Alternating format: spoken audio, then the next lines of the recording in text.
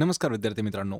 आज आपण या व्हिडिओमध्ये तलाठी भरती जी 2026 ची सुरू झालेली आहे, त्या भरतीसाठी महत्त्वाचे असणारे काही प्रश्न आपण या व्हिडिओमध्ये पाहणार आहोत. या व्हिडिओमध्ये मुख्यतः आपण एम-पी-एस-सी पॅटर्ननुसार असणारे प्रश्न पाहणार आहोत, जे आपल्याला प्रिव्हियस इयर क्वेश्चन पेपरमध्ये सुद्धा विचारण्यात आलेले होते. यामध्ये आपण मुख्यतः सामान्य ज्ञान या घटकाचे प्रश्न जास्त करून घेतलेले आहेत. आपल्याला या व्हिडिओची पी-डी-एफ जर डाउनलोड करायची असेल, तर नोकरी इन्साइडर या नावानं आपलं टेलिग्राम चॅनल आहे. सोबतच आपलं WhatsApp देखील चॅनल आहे. दोघांच्याही लिंक्स तुम्हाला डिस्क्रिप्शनमध्ये मिळून जातील. त्या ठिकाणी जाऊन आपण त्यांना जॉइन करा आणि चॅनलवरती जर नवीन असाल तर लगेच आपल्या नोकरी इन्साइडर यूट्यूब चॅनलला सबस्क्राईब करून ठेवा. चला तर व्हिडिओला सुरुवात करूया. तर पहा आपला प्रश्न पहिला आहे. पहिल्या 3 पंचवार्षिक योजनांची सुरुवातीपासूनचे सर्वात महत्त्वाचे आर्थिक उद्दिष्ट म्हणजे काय? महत्त्वाचा असणारा प्रश्न आहे. हा प्रश्न आपल्याला एम-पी-एस-सीच्या 2014 मध्ये प्री एक्झाममध्ये सुद्धा विचारण्यात आला होता. पहिल्या ज्या 3 पंचवार्षिक योजना झाल्या, तर त्या योजनांच्या सुरुवातीपासूनचे सर्वात महत्त्वाचं आर्थिक उद्दिष्ट काय होतं? तर ते उद्दिष्ट होतं ऑप्शन क्रमांक 1 तर समाजवादी समाजरचना निर्माण करणे हे त्याचं उद्दिष्ट होतं. पहिल्या 3ही पंचवार्षिक योजनांमध्ये. पर्याय क्रमांक 1 आपलं या प्रश्नाचं योग्य उत्तर होणार आहे. आपण याच्यावरती काही महत्त्वाचे पॉइंट्स देखील पाहणार आहोत. पहिला पॉइंट पहा, पहिली पंचवार्षिक योजना जी 1951 ते 1956 या काळात होती. शेती आणि पायाभूत सुविधांचा विकास करून सामाजिक कल्याणाचा पाया रचण्यात आला. दुसरी पंचवार्षिक योजना कार्यकाल आहे त्याचा 1956 ते 1961. महालनोबिस मॉडेलवर आधारित असलेल्या या योजनेत सार्वजनिक क्षेत्राचा म्हणजे पब्लिक सेक्टरचा विस्तार करून समाजवादी रचना मजबूत बनवण्यासाठी किंवा मजबूत करण्यासाठी औद्योगिकीकरणावरती भर दिला होता. आणि तिसरी पंचवार्षिक योजना 1961 ते 1966 कृषी व उद्योग या दोन्ही क्षेत्रांच्या विकासासह अर्थव्यवस्थेला स्वावलंबी करणे आणि समाजवादी समाजरचनेचे ध्येय पुढे नेणे हे प्रमुख आर्थिक उद्दिष्ट होतं.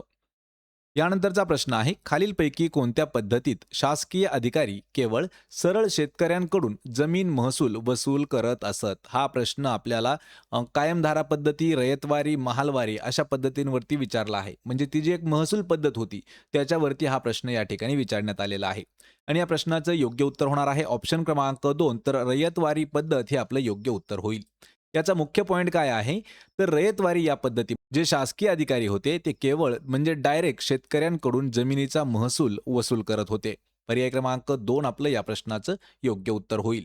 मग याच्यामध्ये आपण तीनही ज्या पद्धती आहेत त्या पाहूया. सर्वात पहिल्यांदा कायमधारा पद्धत. लागू वर्ष कधी होतं? 1793 मध्ये. लॉर्ड कॉर्नवॉलिस यांनी बंगालमध्ये ही पद्धत लागू केली होती. या पद्धतीचं स्वरूप कसं होतं कायमधारा पद्धतीचं? तर या पद्धतीमध्ये जमीनदारांना जमिनीचे कायमचे मालक मानले गेले आणि जमीनदाराने शेतकऱ्यांकडून महसूल गोळा करून त्याचा निश्चित हिस्सा ईस्ट इंडिया कंपनीला द्यायचा असे. यानंतरची आहे पहा रयतवारी पद्धत. तर रयतवारी पद्धत ही लागू करण्यात आली होती 1820 साली आणि या सुमारास थॉमस मनरो आणि कॅप्टन अलेक्झांडर रीड यांनी ही पद्धती सुरू केली होती. तर या पद्धतीचं स्वरूप कसं होतं? तर यामध्ये जमीनदार किंवा मध्यस्थ जो होता त्यांना पूर्णपणे वगळून थेट शेतकऱ्यांशी म्हणजेच रयतेशी महसुलाचा करार केला गेला होता. यानंतर आहे महालवारी पद्धत. याला लागू कधी केलं होतं? 1822 मध्ये हॉल्ट मॅकेन्झी यांनी ही संकल्पना मांडली होती आणि 1833 मध्ये लॉर्ड विल्यम बेंटिक याच्या काळामध्ये ही सुधारणा करून ती लागू करण्यात आली होती.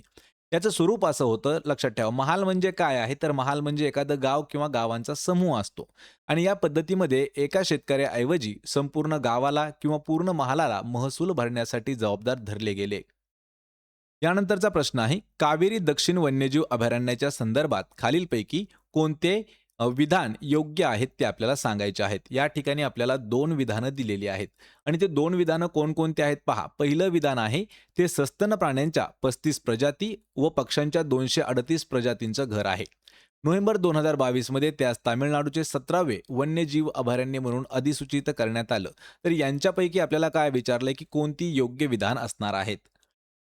तर या प्रश्नाचं योग्य उत्तर होईल ऑप्शन क्रमांक 2 तर अ आणि ब हे दोन्ही जे आहेत हे योग्य विधानं असणार आहेत. ऑप्शन क्रमांक 2 आपलं या प्रश्नाचं योग्य उत्तर होईल. यानंतरचा प्रश्न आहे, पंचायत राज संस्थांचे मूल्यमापन करण्यासाठी केंद्र शासनाने कोणाच्या अध्यक्षतेखाली 1977 मध्ये एक समिती नेमली होती?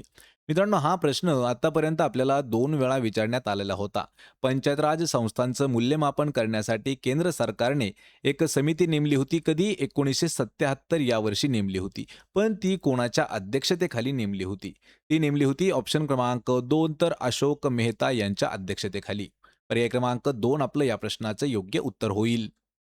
यानंतरचा प्रश्न आहे, ब्रह्मगिरी पर्वतातून उगम पावून पूर्वेकडे 1450 किमी वाहत जाऊन बंगालच्या उपसागराला खालीलपैकी कोणती नदी मिळते? महत्वाचा असणारा प्रश्न आहे. महाराष्ट्र किंवा भारताची जी नदी प्रणाली आहे त्याच्यावरती हा इम्पॉर्टंट असणारा प्रश्न आहे. अशी कोणती नदी आहे जी ब्रह्मगिरी पर्वतातून उगम पावते आणि पूर्व दिशेला 1450 किलोमीटर जाऊन बंगालच्या उपसागराला मिळते? तर या प्रश्नाचं योग्य उत्तर होईल ऑप्शन क्रमांक 4 तर यापैकी नाही.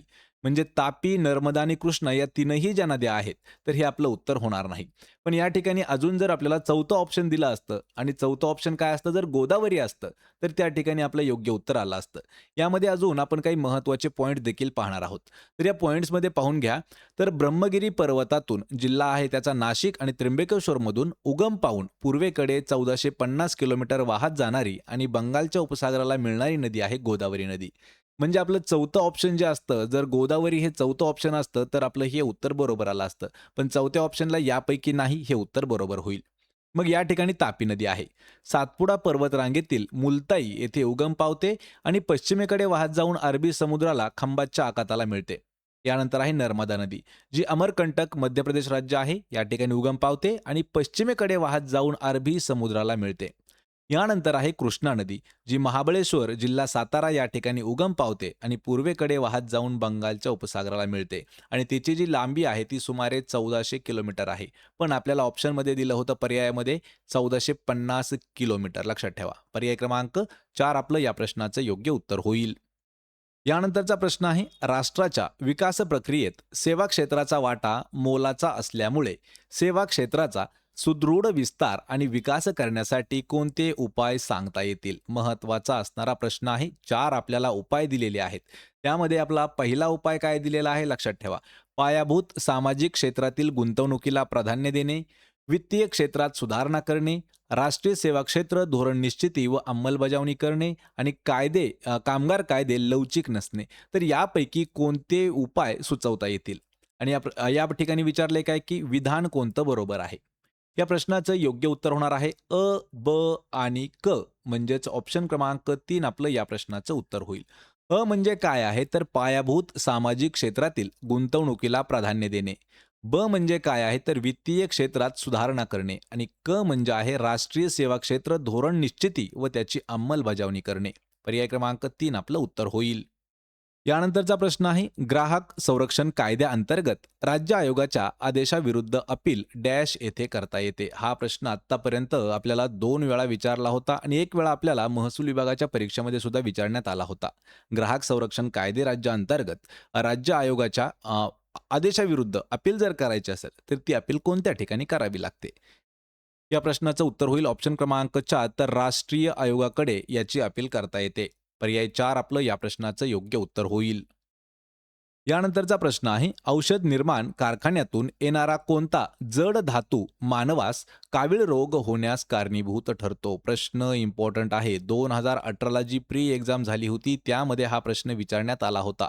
औषध निर्माण कारखान्यातून येणारा कोणता असा जड धातू असतो ज्यामुळे माणसाला कावीळ रोग होण्याची शक्यता असते? या प्रश्नाचं योग्य उत्तर होईल ऑप्शन क्रमांक 1 तर आर्सेनिक हा जड धातू असतो ज्यामुळे माणसाला कावीळ होऊ शकतो. आर्सेनिकचा प्रभाव कसा आहे पहा. औषध निर्माण आणि रासायनिक उद्योगांमधून बाहेर पडणाऱ्या सांडपाण्यात आणि टाकाऊ पदार्थामध्ये आर्सेनिक हा अत्यंत जड आणि विषारी धातू आढळतो किंवा मेटल आढळतो. याचा परिणाम जो आहे तो तो थेट यकृतावर होतो. आर्सेनिक शरीरात गेल्यामुळे मुख्यतः यकृत म्हणजे लिव्हरवर याचा आणि त्याच्या कार्यक्षमतेवरती गंभीर आणि विषारी परिणाम करतो. यकृताची कार्यक्षमता बाधित झाल्यामुळे रक्तात बिलुरुबिन, लक्षात ठेवा, बिलुरुबिन साचू लागते ज्यामुळे कावीळ हा आजार होत असतो. पर्याय क्रमांक 1 आपलं या प्रश्नाचं योग्य उत्तर होईल. यानंतरचा प्रश्न आहे 1889 मध्ये पंडिता रमाबाई यांनी कोणत्या मिशनची स्थापना केली होती? हा प्रश्न आपल्याला TCS मध्ये सुद्धा विचारण्यात आला होता आणि 2021च्या MPSCच्या प्री एक्झाममध्ये सुद्धा विचारण्यात आला होता. 1889 मध्ये पंडिता रमाबाई यांनी कोणती मिशनची स्थापना केलेली आहे?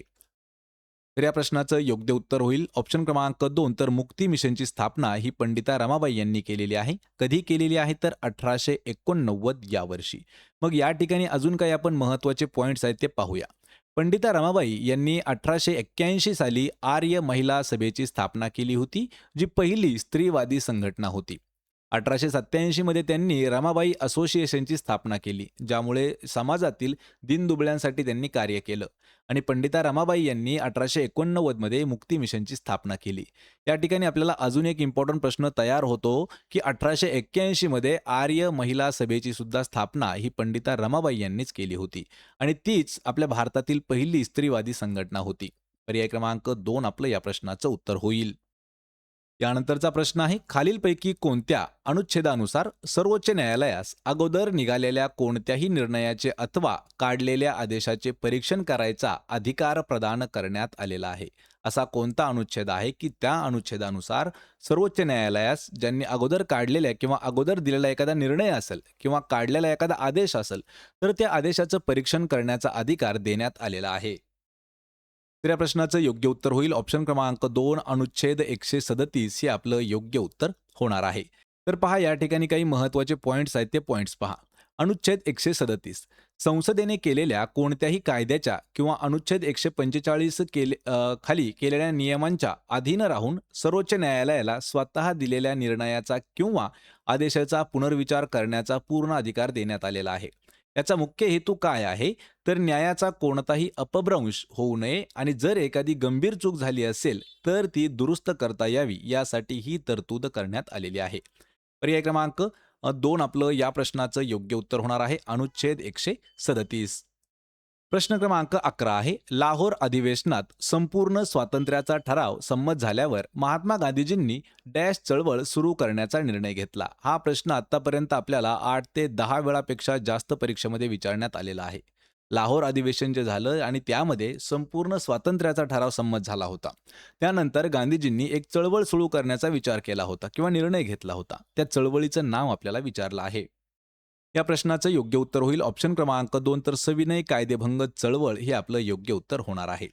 मग याच्यावरती काही महत्त्वाचे पॉइंट्स आहेत ते पॉइंट्स पहा. लाहोर अधिवेशन जे डिसेंबर 1929 मध्ये भरलं होतं. पंडित जवाहरलाल नेहरू यांच्या अध्यक्षतेखाली झालेल्या या अधिवेशनामध्ये संपूर्ण स्वराज्याचा किंवा पूर्ण स्वातंत्र्याचा ऐतिहासिक ठराव हा संमत करण्यात आला होता आणि सविनय कायदेभंग चळवळीची सुरुवात या उठावानंतर गांधीजींनी 12 मार्च 1930 रोजी प्रसिद्ध असणारी दांडी यात्रा काढून जे की 6 एप्रिल 1930 रोजी समुद्रावरील मीठ उचलून मिठाचा कायदा मोडला आणि औपचारिकपणे सविनय कायदेभंग चळवळीची सुरुवात केली. पर्याय क्रमांक 2 आपलं या प्रश्नाचं उत्तर होईल. यानंतरचा प्रश्न आहे माहिती अधिकार कायदा 2005च्या कोणत्या तरतुदीनुसार नागरिकांना माहितीचा अधिकार प्राप्त करण्यात आलेला आहे? हा प्रश्न सुद्धा महत्त्वाचा आहे.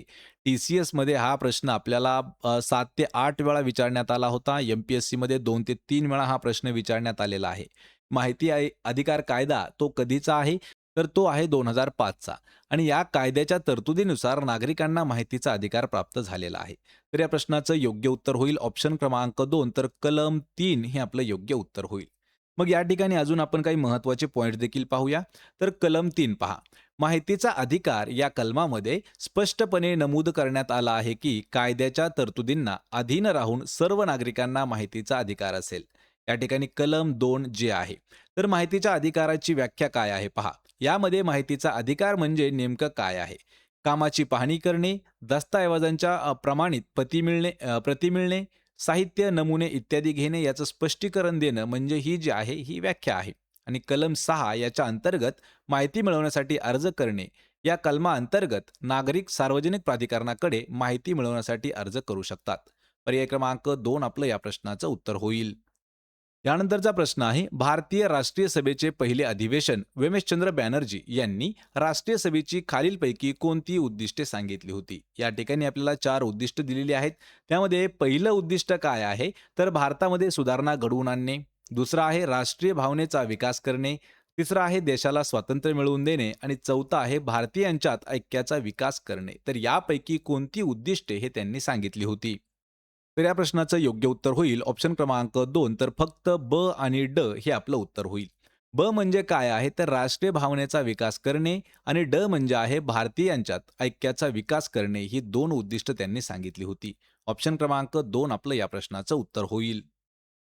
यानंतरचा प्रश्न आहे डॅश वायू कोळसा, पेट्रोलियम किंवा इतर सेंद्रिय पदार्थ यासारखे जीवाश्म अर्धवट जळाल्यामुळे डॅश निर्माण होतो किंवा कोणता असा वायू आहे किंवा काय आहे जे तयार होतं. मित्रांनो, प्रश्न हा खूप वेळा विचारण्यात आलेला आहे, त्यामुळे प्रश्न परत एक वेळा पहा. वायू कोळसा, पेट्रोलियम किंवा इतर सेंद्रिय पदार्थ यासारखे जे जीवाश्म इंधन असतात ते अर्धवट जळाले तर त्यापासून काय तयार होतो? तर त्यापासून तयार होत असतो ऑप्शन क्रमांक 2. तर कार्बन मोनॉक्साईड हा त्यापासून तयार होतो. मग याच्यावरती एक इम्पॉर्टंट पॉइंट सुद्धा आहे, तो पाहून घ्या. अपूर्ण ज्वलन म्हणजे इनकम्प्लीट कंबशन.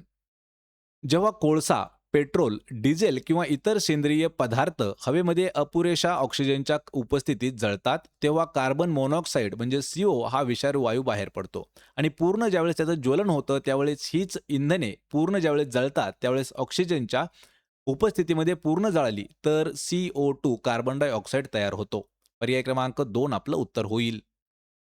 यानंतरचा प्रश्न आहे भारताच्या कोणत्या मंत्रालयाद्वारे नई रोशनी ही योजना राबवली जात आहे? प्रश्न लक्षात ठेवा, नई रोशनी ही जी योजना आहे तर ही भारत सरकारच्या किंवा भारताच्या कोणत्या मंत्रालयाद्वारे राबवली जात आहे? या प्रश्नाचं योग्य उत्तर होईल ऑप्शन क्रमांक 3. तर अल्पसंख्याक व्यवहार मंत्रालयाद्वारे नई रोशनी ही योजना राबवली जात आहे. याच्यावरती महत्त्वाचा पॉइंट आहे, तो पहा. ही योजना अल्पसंख्याक महिलांना ज्ञान, मूलभूत तंत्र आणि साधनांसह सक्षम करण्यासाठी सुरू करण्यात आलेली सरकारी कल्याणकारी योजना आहे, जी त्यांना सर्व स्तरावर सरकारी बँका आणि इतर संस्थांशी संवाद साधण्यास मदत करते. स्वयंसेवी संस्था, नागरी संस्था आणि सरकारी संस्था यांच्या माध्यमातून राबवली जाते. पर्याय क्रमांक 3 आपलं या प्रश्नाचं उत्तर होईल. तर मित्रांनो, हे होते महत्त्वाचे आपले 15 प्रश्न. आजच्या व्हिडिओमध्ये फक्त आपण 15 प्रश्न घेतलेले आहेत, पण येणाऱ्या व्हिडिओपासून आपण डेली 20 प्रश्न घेणार आहोत. आपल्याला या 15 पैकी किती प्रश्नाचं उत्तर देता आलं हे मला कमेंट करून सांगा.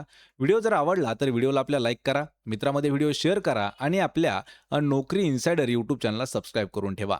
आपल्याला प्रत्येक व्हिडिओची PDF अगदी फ्रीमध्ये दिलेली आहे. डाउनलोड करण्यासाठी त्याची लिंकसुद्धा मी तुम्हाला डिस्क्रिप्शनमध्ये दिलेली आहे. आपण भेटूया पुढच्या एका अशाच नवीन व्हिडिओमध्ये. तोपर्यंत जय हिंद, जय महाराष्ट्र.